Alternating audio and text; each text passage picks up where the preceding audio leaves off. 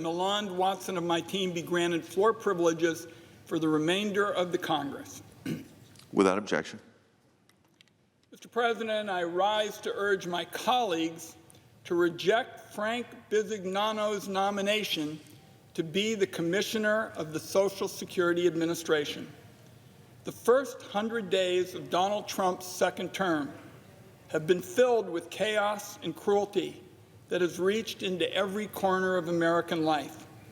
But perhaps no development has been as alarming to the elderly and other concerned Americans as the attacks of the Trump administration on Social Security. Social Security has long been considered a third rail of American politics. It is simply too important to American workers who have spent their lives paying into the program out of every paycheck for politicians to idly propose major changes that would harm the earned benefits of Americans. And yet Donald Trump and his billionaire allies have decided they are simply immune to the concerns of American citizens. They're about to find out just how wrong they are. Over the past several months, the Trump administration has attacked nearly every aspect of Social Security. First, it was American sensitive private information protected by Social Security. Then it was scheduling field offices for closure across the country. Then it was eliminating phone service for many Social Security claims. Worst of all, there is a widespread view among Donald Trump's top lieutenants, from Elon Musk to Howard Lutnick, that Social Security is just chock full of fraudsters.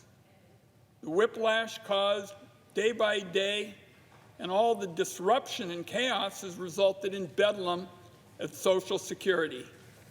And in my view, it has put the earned benefits of millions of Americans in jeopardy. Mr. President, I wish I could stand in the Senate today and say, the cavalry is coming. The chaos will soon be over. But I'm afraid that's not the case.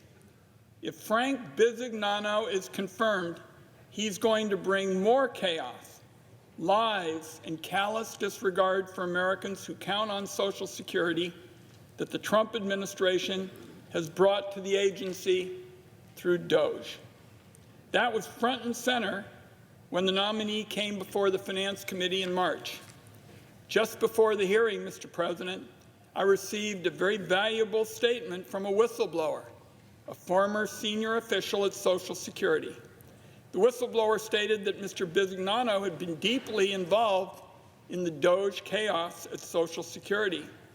The whistleblower said, and I quote, "I'm concerned that the President's nominee to be Commissioner of Social Security, Frank Bisignano, will not temper the crisis, but will bolster it."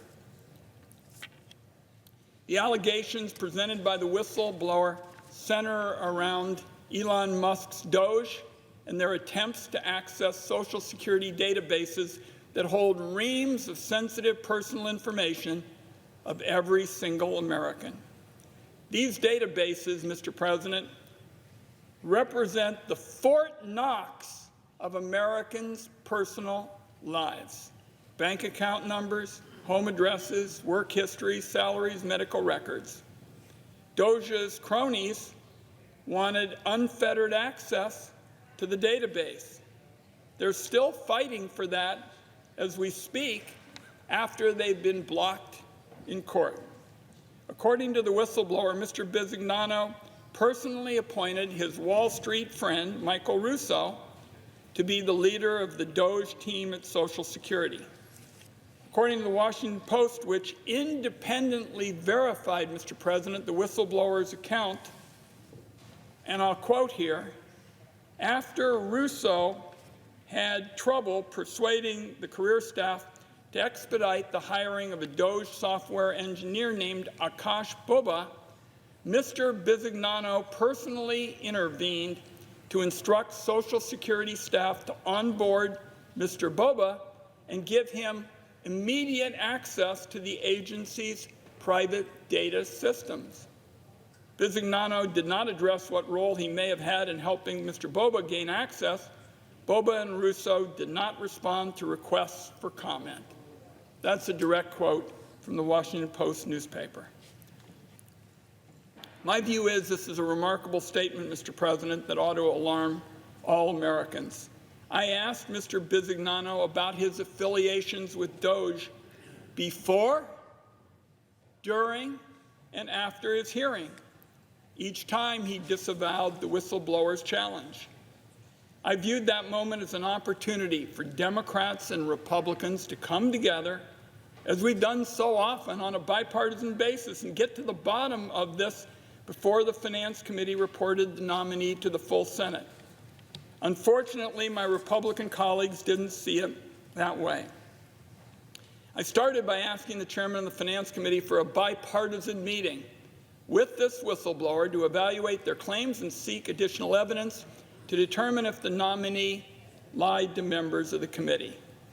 The majority refused to hold that meeting or postpone the vote unless we agreed to hand over any information received from the whistleblower directly to the nominee in the Trump administration.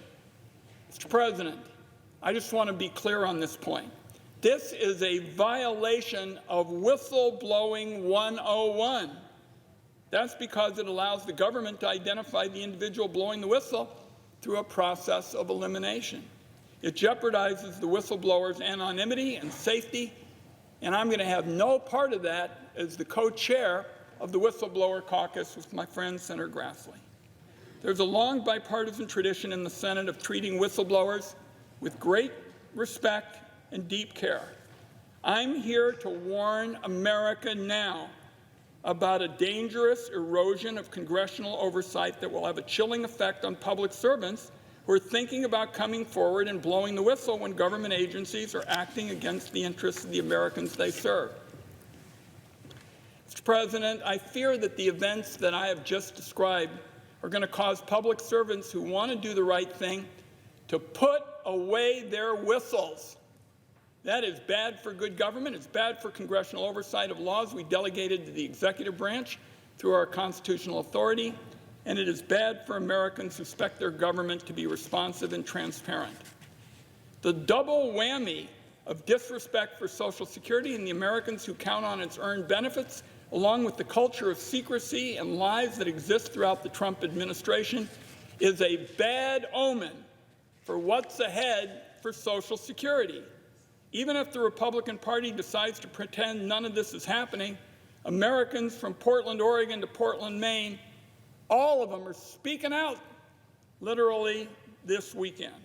All Americans should be concerned that a nominee for a position of public trust like Commissioner of Social Security is accused of lying about his actions at the agency, and that effort to bring this important information to light is now being thwarted. If Mr. Bisignano can get away with lying before he's even in place as commissioner, who knows what else he'll be able to get away with once he's in office. He could lie by denying any American who paid their Social Security taxes the benefits they've earned, claiming some phony pretense. He could lie about how sensitive personal information is being mishandled or, worse, exploited for commercial use. I'll close with this, Mr. President. I'm going to have a lot more to say about the nominee and the Trump administration's disastrous record on Social Security. Today, I urge my colleagues to vote no on the cloture vote coming up to bring some sanity back to Social Security and, in my view, safeguard the Senate's long and bipartisan tradition as a safe haven for government whistleblowers who want to speak truth to power. Mr. President, I yield the floor.